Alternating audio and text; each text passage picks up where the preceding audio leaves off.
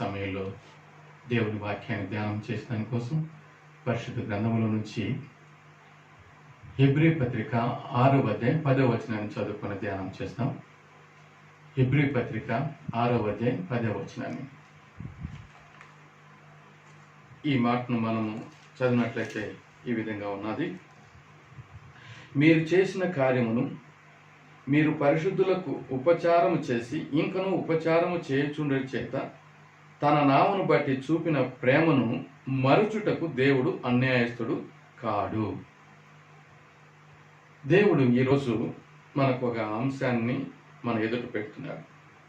దేవుడు అన్యాయస్తుడు కాడు. దేవుడు అన్యాయస్తుడు కాడు అనే దాన్ని మనము గమనించినట్లయితే తన నామను బట్టి చూపిన ప్రేమను మరుచుటకు అని అంతకు ముందు రాయకున్నది. అంటే దేవుని నామాన్ని బట్టి చూపినటువంటి ప్రేమకు తగిన ప్రతిఫలం ఇచ్చేవాడు, అనగా ఆయన మర్చిపోయేవాడు కాడు అని అర్థం. మర్చిపోకుండా ఉండేటువంటి వాడు దేవుడు. ఆ దేవుడు అన్యాయస్తుడు కాడు.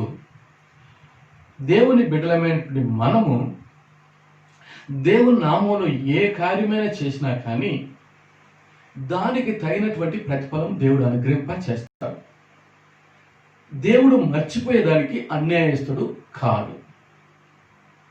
ఆ రీతిగా పరిశుద్ధ గ్రంథంలో చాలా మంది భక్తులు దేవుని యొక్క కృపను పొందుకునే వారుగా ఉంటున్నారు. దేవుని నామాన్ని ప్రేమించి దేవుని యొక్క ఆశీర్వాదాలు పొందినటువంటి వారుగా ఉంటున్నారు. దేవుడు ఏ విషయంలో కూడా మర్చిపోయిన వాడు కాదు. దేవుడు న్యాయవంతుడు. దేవుడు న్యాయాధిపతి. దేవుడు న్యాయ సంపన్నుడు. ఆయన బిడ్డలంటే మనము ఆయన నామంలో చేసేటువంటి ఏ కార్యాన్ని కూడా మర్చిపోయేదానికి అన్యాయస్తుడు కాడు అని చెప్తున్నాడు. కనుక ఆయన జ్ఞాపకం తెచ్చుకునేవాడు అంటే న్యాయవంతుడు. నీతి న్యాయములే ఆయన యొక్క సింహాసనానికి ఆధారములు. ఆయన కూర్చునేటువంటి సింహాసనానికి ఆధారము న్యాయమే. న్యాయాన్ని జరిగించేవాడు. మనలందరినీ సృష్టించి సమస్తాన్ని పరిపాలించేటువంటి దేవుడు ఆయన అన్యాయస్తుడు కాదు. యోబు గ్రంథంలో దేవుడు తెలియజేస్తున్నాడు, అన్యాయస్తుడు అయితే ఈ లోకాన్ని ఏలలేడు, న్యాయవంతుడు కాబట్టి ఈ లోకాన్ని ఏలేవాడుగా ఉంటున్నాడు. కనుక న్యాయవంతుడైనటువంటి దేవుణ్ణి మనం దేవునిగా కలిగినాము. తల్లైనా మరుస్తుంది కానీ నేను మిమ్మల్ని మరువను అని చెప్తున్నాడు. తల్లి ఎప్పుడు మరవదు, ఒకవేళ మర్చినా మరవచ్చు. అయితే తండ్రి అయినటువంటి దేవుడు మనల్ని మరువడని తెలియజేస్తున్నాడు. పరిశుద్ధ గ్రంథంలో ఆదికాండము 8వ అధ్యాయంలో మనం చూసినట్లయితే నోవహును దేవుడు జ్ఞాపకం తెచ్చుకుంటున్నాడు. నోవహ కాలంలో ఆ కాలమందు ఉన్నటువంటి ప్రజలు దేవుణ్ణి మర్చిన వారుగా ఉంటున్నారు. ఈ లోక కార్యాల్లో నిమగ్నైన వారుగా ఉంటున్నారు. పాపకార్యాల్లో నిండిపోయిన వారుగా ఉంటున్నారు. సృష్టికర్తను స్మరణ తెచ్చుకోలేదు. వారి మార్గాలను చెరుపు వేసుకున్నారు. దేవుడు ఎంతో బాధపడ్డాడు. నేను ఈ ప్రజలను ఎందుకు చేస్తున్నా అని. చివరికి అతడు ఈ ప్రజలందరినీ కూడా తుడిచిపెట్టాలని డిసైడ్ చేసుకున్నాడు.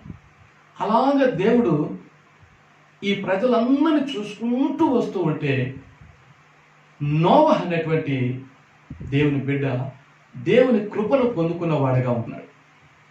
దేవుని కృపను ఎందుకు పొందుకున్నాడంటే ఆ యొక్క నోవహు నీతిమంతుడుగాను దేవుని యొక్క మార్గములో నడుస్తూ దేవునితో కూడా నడిచేవాడుగా ఉంటున్నాడు. నిందారహితుడుగా ఉన్నాడు. కనుక దేవుడు అతని పైన కృప చూపించాడు. ఈ ప్రజలందరినీ తుడిచిపెట్టాలనుకున్నటువంటి దేవుడు న్యాయవంతుడు. ఆ యొక్క నోవహు దేవుని నామంలో నీతిమంతుడుగాను దేవుని నామంలో నీతిని కలిగి నీతి మార్గంలో నడుస్తూ అనగా దేవునితో నడుస్తూ నిందారహితుడుగా ఉన్నాడు. దేవుని కృపను పొందుకున్నవాడుగా ఉన్నాడు. న్యాయవంతుడైనటువంటి దేవుడు నోవహును మర్చిపోకుండా అతనికి ఈ విధంగా తెలియజేశాడు, నాయన నేను ఈ సమస్త మానవాళిని నీటితో ముంచివేస్తాను, మీరు నశించిపోకుండా ఉండేదాని కోసము నీ కొరకు నీ కుటుంబం కొరకు ఒక ఓడను తయారు చేయమని ప్లాన్ ఇచ్చాడు. నీతిమంతుడైనటువంటి నోవహు దేవుడు చెప్పిన మాట ప్రకారంగా తన కుటుంబంతో కలిసి ఓడను తయారు చేసుకోగలిగా. 120 సంవత్సరాల కాలం పట్టింది. 120 సంవత్సరాల కాలంలో ఆ కాలమున ఉన్న ప్రజలు వీరు చేస్తున్నటువంటి కార్యాలను చూసి పరిహాసం చేశారు. దేవుని వర్తమానము నోవహు ద్వారా దేవుడు 120 సంవత్సరాలు ఆ ప్రజలకు అందింపచేశారు. అయితే ఆ ప్రజలు లోక కార్యాల్లో, పాప కార్యాల్లో, శరీర కార్యాల్లో నిమగ్నులై దేవుని జీవవాక్యాన్ని పెడచెవుని పెట్టారు. దేవుడు చెప్పినట్లుగానే జలప్రలయం రప్పించే ముందు నోవహు కుటుంబాన్ని జీవరాశుల్లో జతలుగా ఆ ఓడలోకి ప్రవేశింపచేశాడు.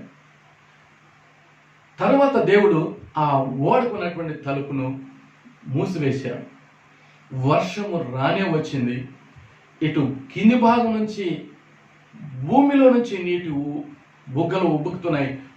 ఆకాశపు తూములు తెరబడి వర్షము భయంకరంగా కురుస్తున్నది. నీటి మీద నీరు నిండిపోయినది. అప్పుడు ప్రజలు నోవహు దగ్గరికి వచ్చారు. అయితే ఓడ తలుపు మూయబడి ఉన్నది. ఇప్పుడు ఎంత బ్రతిమలాడినా కూడా తలుపు తెరవబడలేదు. ఎవరు లోనికి ప్రవేశించలేకపోయారు. మానవులంతా కూడా నశించిపోయారు. ఒక్క నోవహు కుటుంబం మాత్రమే జీవించేటువంటిదిగా కృప పొందుకున్న వారిగా ఉన్నారు. దేవుడు చెప్పినటువంటి మాటలను విని నీతిమంతుడిగా తీర్చబడ్డాడు నోవహు. అతని మాటలు విన్నటువంటి మిగతా అతని యొక్క భార్య, 3 కుమారులు, 3 కోడళ్ళు, మొత్తం ఆ కుటుంబంలో 8 మంది మాత్రమే రక్షింపబడ్డారు. మిగతా మానవాళ్ళంతా కూడా నీటిలో మునిగిపోగలిగారు. దేవుడు తన కృపను బట్టి నోవహు ద్వారా సువార్తను అందింపచేశారు. అయితే వినక అందరూ కూడా నశించిపోయారు. నమ్మిన వారికి రక్షణ, నమ్మని వారికి శిక్ష దేవుడు న్యాయంగానే జరిగించాడు. ఇప్పుడు న్యాయవంతుడు దేవుడు మర్చిపోలేదు ఆ యొక్క నోవహు కుటుంబాన్ని. 1 సంవత్సరం పాటు నీళ్లు ఉన్నాయి. తర్వాత జ్ఞాపకం తెచ్చుకొని నీటినంతా కూడా తగ్గిపోయేటట్టు చేశాడు. అప్పుడు ఆ యొక్క ఓడ అరారత్ అనేటువంటి కొండ పైన ఉన్నారు. తర్వాత నీరు క్రమేణా తగ్గిపోయిన తర్వాత ఓడలో నుంచి దేవుడు వారిని వెలుపలికి రప్పించి వారిని అందరినీ కూడా ఆశ్రయించాడు. దేవుడు నోవహును జ్ఞాపకం తెచ్చుకున్నాడు. నోవహు దేవుని నమ్మినాడు, నీతిమంతుడిగా తీర్చబడ్డాడు. 112వ కీర్తన 6వ వచనం ప్రకారంగా మనం గమనించినట్లయితే నీ దేవుడు నిత్యము జ్ఞాపకం తెచ్చుకునేవాడుగా ఉంటున్నాడు. నీతిని మర్చిపోయేవాడు కాదు. నీతి నిత్యము జ్ఞాపకం చేయబడుతుందని రాస్తున్నారు. నోవహు నీతిమంతుడిగా ఉన్నాడు. నీతిమంతులుగా తీర్చబడినటువంటి ఆ కుటుంబము రక్షింపబడినది. మిగతా వాళ్ళందరూ కూడా నశించిపోయారు. ఈ కడవరి దినాల్లో మనం ఉన్నాం. ప్రభువు రాకడకు సమీపంగా ఉన్నాం. ఈ సమయంలో దేవుని వర్తమానము యేసుక్రీస్తు యొక్క శిలువ త్యాగాన్ని గురించి, ఆయన మానవాళి కొరకు చేసిన త్యాగాన్ని గురించి, ఆయన నమ్మిన వారికి రక్షణ, నమ్మని వారికి శిక్ష అని సువార్త భూదిగంతాల వరకు కూడా అందింపబడుతున్నది. నమ్మిన వారు రక్షింపబడుదురు, నమ్మని వారికి శిక్ష విధింపబడింది. వింటున్నటువంటి మనము దేవుడు న్యాయవంతుడని నమ్మితే, నీతిని జరిగించేవాడని నమ్మితే, నోవహులాగా నీతిమంతులుగా తీర్చబడితే మనం కూడా న్యాయవంతులుగా న్యాయాన్ని పొందుకుంటాం. న్యాయవంతుడైన దేవుని ద్వారా మనం రక్షింపబడతాం, నిత్య రాజ్యాన్ని స్వతంత్రించుకోగలుగుతాం. ఇంకనూ ఆ విధంగా లేకపోయినట్లయితే ఇది మంచి సమయం. నేడే రక్షణ దినం, నేడే అనుకూల సమయము. దేవుని వర్తమానం అందింపబడుతున్నది. ఈ వర్తమానం మనం అందుకుంటే, దేవుని బిడ్డలుగా జీవిస్తే, ఆయన మాట ప్రకారంగా మనము నడిచినట్లయితే రక్షింపబడతాము. రక్షణ లేనటువంటి వారు శిక్షింపబడగలుగుతారు. దేవుడు ఎప్పుడు కూడా అన్యాయస్తుడు కాదు. నోవహు దేవుణ్ణి ప్రేమించాడు. దేవుణ్ణి ప్రేమించిన వాడు కనుక దేవుని నామములో అతడు చెప్పినట్లుగా, దేవుడు చెప్పినట్లుగానే చేశాడు. తన కుటుంబం రక్షింపబడినటువంటిదిగా ఉంటున్నది. అనగా దేవుడు నోవహును మర్చిపోలేదు. ఈ భూమి మీద ఎవరిని కూడా దేవుడు మర్చిపోడు. అయితే ఆయన చెప్పిన మాటల ప్రకారంగా ఆయన్ను ప్రేమించినట్లయితే, ఆయన మాటల ప్రకారంగా జీవిస్తే, మనము ప్రార్థించినా సరే, విశ్వసించినా సరే, ఆయన మాట ప్రకారంగా జీవించినా సరే, ఆయన నామములో ఏమి చేసినా సరే, దేవుడు మనకు న్యాయాన్ని తీర్చేవాడుగా ఉంటున్నాడు. దేవుడు అన్యాయస్తుడు కాదు. ఒకసారి ఒక ఊరిలో చాలా గొప్ప ధనవంతుడు ఉన్నాడు. అయితే పిసినారు. అదే ధనవంతుని ఇంటికి దగ్గరలో ఒక పేదరాలు నివసించేటువంటిదిగా ఉన్నారు. పేదరాలు ఉన్నటువంటి దాంట్లోనే ఇతరులు కూడా సహాయం చేసేటువంటిదిగా ఉన్నారు. ఏమో ప్రార్థన చేస్తూ ఉన్నది దేవుని దగ్గర. తండ్రి, మీరు చెప్పిన రీతిగానే నన్ను రక్షించుకున్నావు. ఆ ధనవంతుడు కూడా రక్షించబడేదానికి సహాయం చేయనైనా అతని మనసును కూడా మార్చు తండ్రి అని ప్రార్థన చేస్తూ ఉన్నారు. ప్రార్థన ఆలకించేవాడు. అన్యాయస్తుడైనటువంటి న్యాయాధిపతి న్యాయం తీర్చేవాడు. న్యాయాధిపతి అయిన దేవుడు న్యాయం తీర్చడా? ఆయన గోజాడుతున్నది, మానకుండా ప్రార్థన చేస్తున్నది. ఒకరోజు ఆ యొక్క ధనవంతునికి కళ వచ్చింది. కళలో ఏమొచ్చినదంటే, అతడు పరలోకానికి వెళ్ళాడు. వెళ్ళిన తర్వాత పెద్ద బంగ్లా ఉన్నది. ఆ బంగ్లాలో అది నా బిల్డింగ్ మాదిరిగానే ఉంది అని అనుకున్నాడు. తీరా చూస్తే తన ఇంటి దగ్గర ఉన్నటువంటి పేదరాలకు ఆ పెద్ద బంగ్లా ఇవ్వబడినది. తర్వాత ఇటువంటి చూస్తే ప్రక్కన ఒక గుడిసె ఉన్నది. ఆ గుడిసెలో తాను ఉన్నాడు. ఇదేమిటి అన్యాయము? నేను ధనవంతుని కదా, నాకు ఆ బిల్డింగ్ ఉండాలా, పేదరాలైనటువంటి ఆమెకు ఆ గుడిసె ఉండాలని. అయితే ఇప్పుడు తారుమారైంది, ఇది అన్యాయం అని అంటున్నాడు. అలాగ అనుకున్నప్పుడు అక్కడ దేవదూత అక్కడే ఉంటే దేవదూతను అడుగుతున్నాడు. దేవదూత గారు, ఇక్కడ గమనించండి, నేను ధనవంతుని, నాకు పెద్ద బిల్డింగ్ ఉండాలి, పేదరాలు గుడిసి ఉండాలని. అది భూమి మీద నీ న్యాయం. అయితే దేవుని న్యాయము నమ్మిన వారికి ఆయన తగిన ప్రతిఫలం ఇస్తాడు. ఆయన నామాన్ని ప్రేమించి ఆయన బిడ్డగా జీవించినటువంటి, స్తుతించి ప్రార్థించి ఆరాధించినటువంటి ఆ బిడ్డకు దేవుడు న్యాయం జరిగించి ఉన్నవాడుగా ఉంటున్నాడు. కనుక ఆ పెద్ద స్థానాన్ని, ఆ మంచి స్థానాన్ని, ఉన్నతమైన స్థానాన్ని దేవుడు అనుగ్రహింపచేశాడు అనే దేవదూత ద్వారా ఆ యొక్క వ్యక్తి వినగలిగాడు. విన్న తర్వాత వెంటనే అతనికి మెలకు వచ్చింది. తన జీవితాన్ని మార్చుకున్నాడు. అతడు మంచివాడైపోయినాడు. వెంటనే తనకున్నటువంటి ఆస్తిపాస్తులు అంతటిని కూడా పేదవారికి దాన ధర్మాలు చేసి దేవుని బిడ్డగా ఉండి దేవుని న్యాయాన్ని, నీతిని పొందుకునేవాడుగా ఉండి మంచివాడుగా ఉన్నాడు. దేవుని రాజ్య వారసుడిదానికి కృపను పొందుకోగలిగాడు. కనుక ప్రియమైన వాళ్ళరా, దేవుడు న్యాయవంతుడు, ఆయన అన్యాయస్తుడు కాదు. కనుక నోవహు దేవుని యొక్క న్యాయాన్ని పొందుకున్నాడు. తాను తన కుటుంబం రక్షింపబడింది. నీవు కూడా దేవుని బిడ్డగా ఉంటే నీవు కూడా న్యాయాన్ని పొందుకుంటావు. అన్యాయం నుంచి తప్పింపబడతావు. సైతాను అన్యాయం చేసి దేవునికి దూరం చేస్తాడు. కనుక అన్యాయం నుంచి తప్పింపబడి న్యాయాన్ని పొందుకొని దేవుని బిడ్డగా జీవించి మనం మంచిగా ఉండి మనం న్యాయం పొందుకొని అనేక మందికి న్యాయం జరిగించడానికి పరిశుద్ధ ఆత్మ దేవుడు మనకు కృపను అనుగ్రహింప చేయనుగాక. తర్వాత మనము గమనించినట్లయితే మొర్దెకై అయినటువంటి ఒక దేవుని బిడ్డ ఉన్నాడు. ఆయన మరి ఎంతగానో దేవునికి సాక్షిగా ఉండేవాడుగా ఉన్నాడు. పారసిక దేశాన్ని అహోస్వరోస్ అనేటువంటి రాజు పరిపాలన చేస్తున్నాడు. మొర్దెకై యొక్క పెంపుడు కుమార్తె అయినటువంటి ఎస్తరు రాణిగా ఉన్నారు. ఆ రాజ్యంలో హామాన్ అనేటువంటి మంత్రి ఉన్నాడు. మంత్రికి ఒక రోజు మొర్దెకై నమస్కారం చేయలేదని అతని మీద పగపట్టిన వాడుగా ఉన్నాడు. ఆఖరికి ఆ యొక్క మొర్దెకైని, అనగా మొర్దెకైకి సంబంధించినటువంటి యూదులందరినీ కూడా సంహరించడానికి కోసం రాజు దగ్గర పర్మిషన్ తీసుకొని మరి ఒక రోజును నిర్ణయించిన వాడుగా ఉన్నాడు. మొర్దెకై, ఎస్తరు యూదులందరికీ కూడా శిక్షను పొందేదానికి, అనగా మరణానికి మరి దగ్గరయ్యేవారుగా ఉంటున్నారు. ఆ స్థితిని ఎరిగినటువంటి మొర్దెకై, ఎస్తరు వారు ఉపవాసం ఉండి ప్రార్థన చేశారు. ప్రార్థనకు దేవుడు ప్రతిఫలం ఇచ్చేవాడు. ఆయన నామాన్ని బట్టి ఆయన ఆశ్రయించే వారికి మేలు దయచేసేవాడుగా ఉంటున్నాడు. ప్రార్థన ఆలకించిన దేవుడు జవాబు ఇస్తున్నాడు. ఎలాగంటే, అంతకు మునుపు రాజు దగ్గర ఉన్నటువంటి నపుంసకులు రాజును చంపాలని ప్లాన్ వేశారు. ఆ విషయం మొర్దెకైకి తెలిసి ఆ యొక్క కుట్ర నుంచి రాజుకు వచ్చేటువంటి ఆ ప్రమాదం తప్పించాడు. దాన్ని ఆ దిన కార్యాలలో రాయబడి ఉన్నారు. దేవుని బిడ్డలు చేసినటువంటి ప్రార్థనకు ప్రతిగా దేవుడు ఇప్పుడు కార్యం జరిగించేవాడుగా ఉంటున్నాడు. కొంతకాలం జరిగినది. ఈ ప్రమాదం వారికి సమీపంగా ఉన్నప్పుడు వీరు ఉపవాసం ఉండి ప్రార్థన చేసిన దానికి రాజుకు ఒక రోజు నిద్ర పట్టక దిన కార్యక్రమాలు రాయబడినటువంటి ఆ యొక్క గ్రంథాన్ని తీసుకురామని చెప్పినప్పుడు అక్కడ ఉన్నవారు చదివినారు. ఈ వృత్తాంతాన్ని చదివారు. మొర్దెకై రాజుకు వచ్చినటువంటి ప్రమాదాన్ని తప్పించినాడు అన్నటువంటి అంశాన్ని, ఘటాన్ని చదివారు. అప్పుడు రాజు నాకు వచ్చినటువంటి ఈ ప్రమాదం తప్పించిన దానికి ప్రతిగా ఆ యొక్క మొర్దెకైకి ఏమైనా బహుమానం ఇవ్వబడింది అంటే లేదు.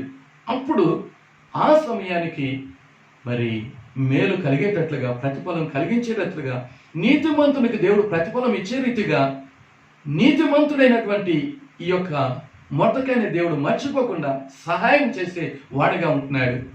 అదే రీతిగా ఎస్తరు కూడా ప్రార్థన చేసిన కారణాన్ని బట్టి రాజును దగ్గరికి వెళ్ళి తన పరిస్థితిని అంతా కూడా చెప్పుకోగలది. దేవుడు ఆమె మనవి, మొర్దెకై మనవిని విని రాజు కృప అనుగ్రహింపచేసి మొర్దెకైని మంత్రిగా చేస్తున్నాడు.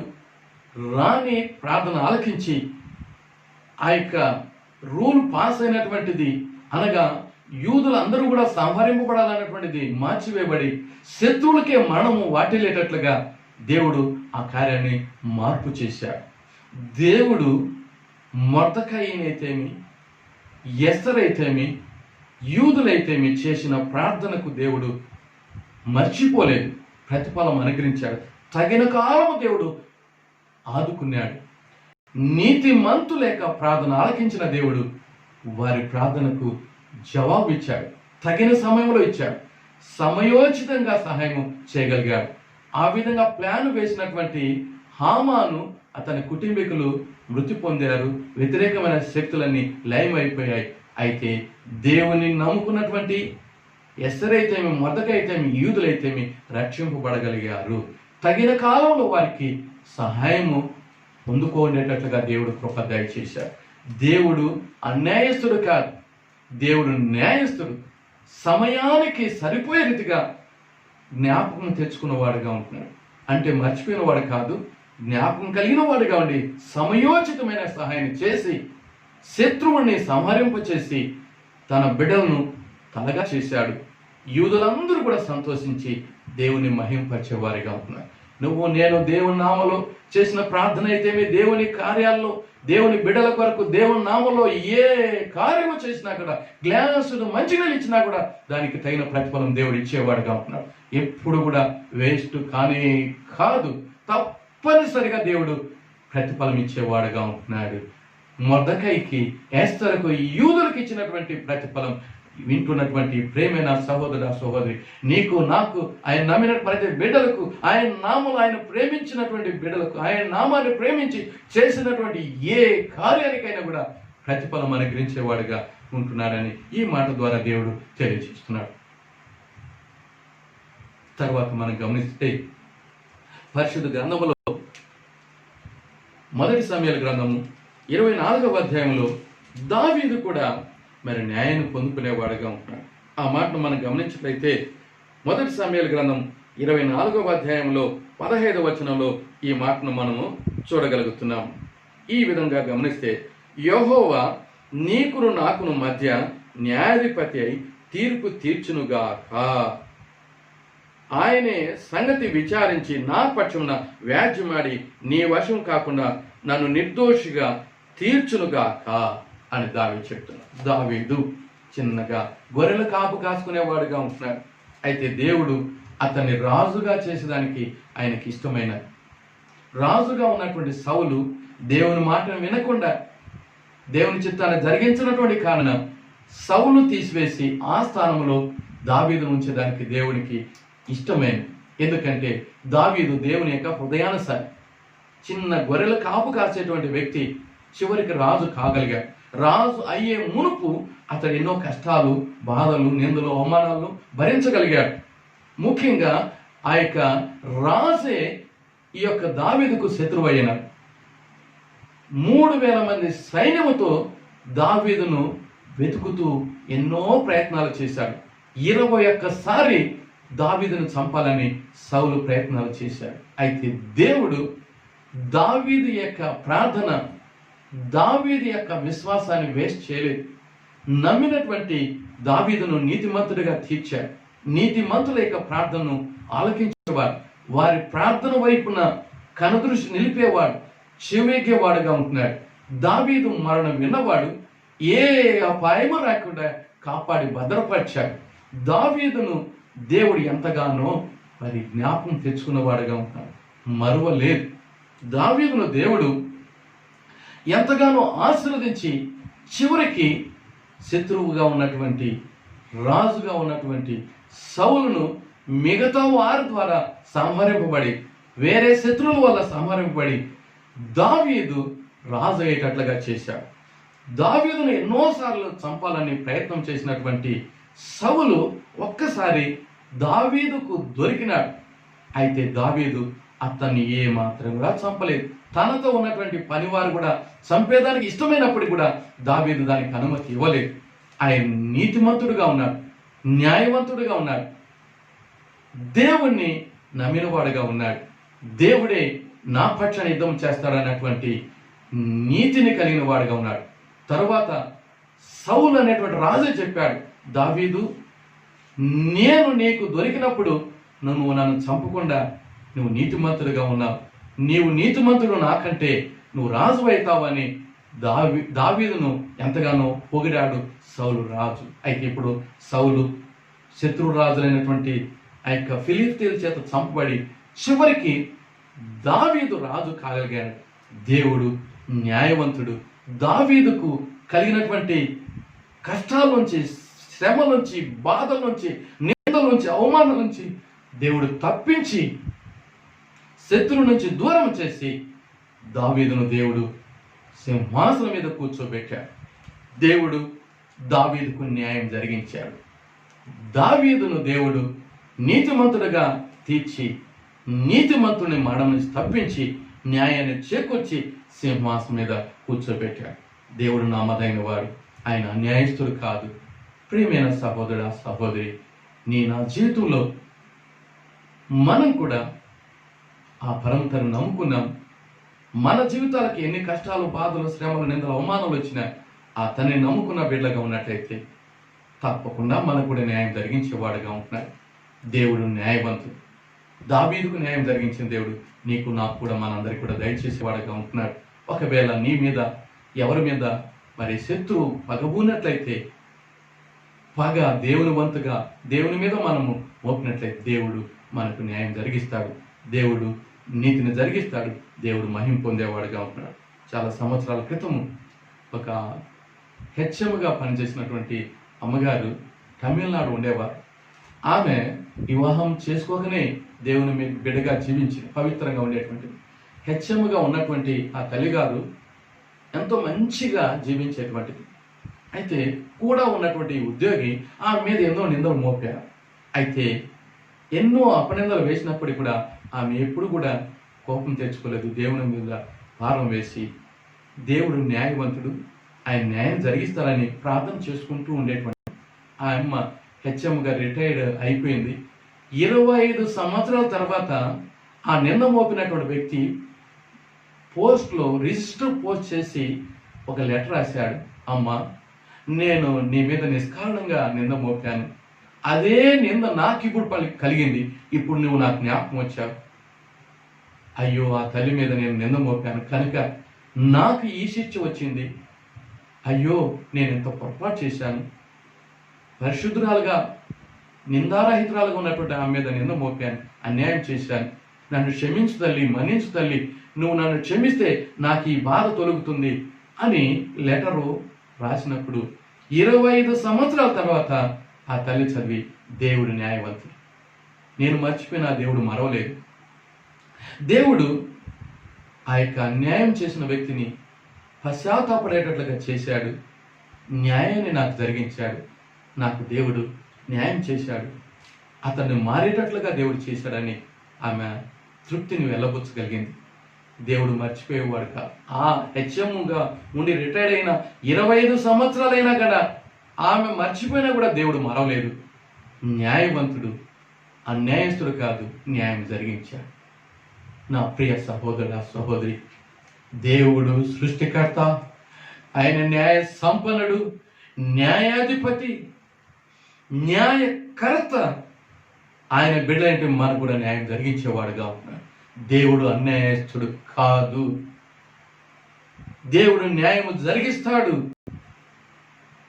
నీతిమంతుడు జ్ఞాపకంలో నిత్యం ఉంటాడు, నీతిమంతుడు మరవడని దేవుని వాక్యం సెలవిస్తుండగా నువ్వు నేను కూడా యేసు క్రీస్తు నామములో విశ్వాసం ఉంచి మారు మనసుకు తగినట్లుగా పాప క్షమ బ్యాప్టిజం పొంది ఆయన బిడ్డలుగా నీతిమంతులుగా తీర్చబడి నోవహులాగా, మొర్దెకైలాగా, దావీదులాగా న్యాయాన్ని పొందుకున్నానికి నమ్మిన ప్రతి బిడ్డకు న్యాయం జరిగించేవాడుగా ఉంటాడు. నీతిమంతులను దేవుడు మరణం నుంచి తప్పిస్తాడు, మర్చిపోడు. ఈ భూమి మీద జీవించేటువంటి మనందరికీ కూడా ఒకరోజు న్యాయం తీరుస్తాడు. న్యాయ సింహాసనం మీద ఆయన కూర్చొని న్యాయం జరిగించేవాడుగా నమ్మిన వారికి నిత్య రాజ్యము, నమ్మని వారికి నిత్య నరకం. ఇంకనూ ఎవరైనా నమ్మకం ఉంటే నమ్మితే ధన్యత, మంచి సమయం, రక్షణ దినం. నమ్మిన వారు దేవుని నామంలో ఆయన ప్రేమించి ఆయన బిడ్డలుగా ఏ కార్యం చేసినా తగిన ప్రతిఫలం ఇచ్చేవాడుగా ఉన్నాడు. దేవుడు న్యాయం జరిగిస్తాడు. నువ్వు దేవుణ్ణి ప్రార్థన చేసి ఉపవాసం ఉండి దేవుని యొక్క బిడ్డల కొరకు దేవుని నామములో ఏ త్యాగం చేసినా, ఏ ప్రేమ కార్యం చేసినా, ఏ పరలోకపు కార్యం చేసినా తప్పనిసరిగా ప్రతిఫలం అనుగ్రహిస్తాడు. మనం నిశ్చయంగా మేలు పొంది నిత్య రాజ్యాన్ని స్వతంత్రించుకోగలుగుతాం. అలాంటి కృపను మరి ఆయన బిడ్డలైన మనందరికీ, నీతిమంతులుగా తీర్చబడిన ప్రతి బిడ్డకు అలాంటి కృపను అనుగ్రహింప చేయనుగాక. దేవుడు మరి ఈ చిన్న మాటలను ఆశ్రయించినగాక. ప్రార్థన చేసుకుందాం. ప్రేమగల మా పరలోక తండ్రి, నీ పరిశుద్ధ నామానికి స్తుతి స్తోత్రాలు చెల్లిస్తున్నాం. నా తండ్రి, సమస్తాన్ని సృష్టి చేసిన సృష్టికర్త, న్యాయవంతుడా, నీతి న్యాయాలు కలిగినటువంటి సింహాసనమును మీరు అధిష్ఠించి పరిపాలన చేసే దేవుడుగా ఉన్నారు. నిన్ను నమ్మిన బిడ్డలకు మీరు తప్పనిసరిగా న్యాయం జరిగిస్తారు. మీరు న్యాయవంతుడు. నీకు కృతజ్ఞతాస్తుతి స్తోత్రాలు తండ్రి. వింటున్న బిడ్డలకు ఏ కష్టం ఉన్నదో, ఏ బాధ ఉన్నదో మీ బిడ్డలు మీరు ఆశ్రయించి, ఆదరించి, దీవించి మీ న్యాయాన్ని చేకూర్చమని ప్రార్థన చేస్తున్నాం. ప్రపంచంలో నేడు కరోనా వ్యాధి ఉన్నది తండ్రి. మీరు మా కొరకు కలువరి శిలువలో రక్తం కార్చారని నమ్మిన వారికి రక్షణ, మీరు పరమ వైద్యుడు, మీరు పొందిన గాయాల ద్వారా స్వస్థత, ఇది నమ్ముట ద్వారా అందరూ రక్షింపబడి స్వస్థత పొంది మీ రాజ్య వారసులకు కృప దయచేయని వేడుతున్నాను. పాప వ్యాధితో ఉన్నటువంటి వారికి మీ రక్తాన్ని దారిపోసినారు నాయన. మీ రక్తంతో కడగబడి నీతిమంతులుగా తీర్చబడి నీ రాజ్య వారసులకు సహాయం చేయమని ప్రార్థన చేస్తున్నాం. ఎవరు కూడా అవినీతిమంతులుగా ఉండి నిత్య నరకానికి గురి కాకుండా అందరూ నీ నీతికి పాత్రులై నీ నీతిని పొందుకొని నీ బిడ్డలుగా జీవించి నీ కృపను పొందుకొని నిత్య రాజ్యాన్ని స్వతంత్రించుకోవడానికి సహాయం చేశారని నమ్మి నేను స్తుతిస్తున్నాను స్వామి. ఇంతవరకు ఏ బిడ్డకు ఏమేమి కుదురున్నాయో మీరు తీర్చి కాపాడమని ప్రార్థన చేస్తున్నాం తండ్రి. చదువుతున్న బిడ్డలకు మంచి జ్ఞానం ఇచ్చి ఉద్యోగాలు అనుగ్రహింపచేసి కొరతలు తీర్చి మీరు మహిమ పొందారని స్తుతిస్తున్నాం స్వామి. వివాహం కావాల్సిన బిడ్డలకు వివాహాన్ని జరిగింపచేసి మీరు మహిమ పొందమని మనవి చేస్తున్నాం. సంతానం లేని బిడ్డలకు గర్భాన్ని మీరు తెరిచి సంతానాన్ని అనుగ్రహింపచేశారని నీకు వందనాలు చెల్లిస్తున్నాం తండ్రి. సమాధానం లేనటువంటి బిడ్డలకు సమాధానం అనుగ్రహింపచేశారని నీకు వందనాలు చెల్లిస్తున్నాం తండ్రి. దుఃఖముతో ఉన్నటువంటి బిడ్డలకు ఓదార్పు దయచేశారని నీకు వందనాలు. ప్రియులు పోగొట్టుకున్నటువంటి వారికి ఆదరణ కలిగించారని, ఆదరణకర్తగా ఉన్నారని నీకు వందనాలు చెల్లిస్తున్నాం తండ్రి. ఇంకా ఎవరెవరికి ఏమేమి సమస్యలు ఉన్నాయో పరిష్కారం అనుగ్రహించి మీరు కృప దయచేశారని నమ్మి స్తుతిస్తున్నాం.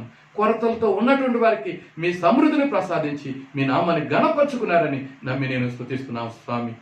నీ బిడలు ఏది కూడా కొదవ లేని వారిగా, అన్ని పొందుకున్న వారిగా నీ కృపకు పాత్రలు అయ్యేటట్లుగా మీరు చేసి దీవించి, నీ కృప అందరికీ సరిపోయేటట్లుగా మీరు చేసి దీవించి కాపాడారని, మహిమ పొందారని, ఈ భూమి మీద జీవించినంత కాలము నీకు ప్రేమైన బిడ్డగా జీవించి ఈ లోకాన్ని వదిలిన తర్వాత నిత్య రాజ్యాన్ని స్వతంత్రించుకునేటట్టుగా కృపను అనుగ్రహింపచేసి దీవించి కాపాడారని నమ్మి స్తుతిస్తున్నావు స్వామి. నీవు నీతిమంతుడునైనా న్యాయవంతుడు ప్రభువా, న్యాయాన్ని అందరికీ అనుగ్రహింపచేసి మీ మహిమార్త వాడుకొని దీవించి కాపాడారని నమ్మి స్తుతిస్తూ, నీవు అన్యాయస్తుడు కాదని అందరూ తెలుసుకొని నిన్ను మహింపచ్చే భాగ్యం ఇచ్చారని నమ్మి స్తుతిస్తూ, యేసుక్రీస్తు నామాన్ని బట్టి అతి వినంగా వేడుకున్నాను నా ప్రియ పరలోక తండ్రి, ఆమేన్. ప్రభు అయినటువంటి యేసుక్రీస్తు కృపయు, తనైన దేవుని ప్రేమ, పరిశుద్ధాత్మిక అన్యోన్య సహవాసం ఆయన బిడ్డలందరికీ ఇప్పుడు ఎల్లప్పుడు సదాకాలం తోడై ఉండుగాక. ఆమేన్.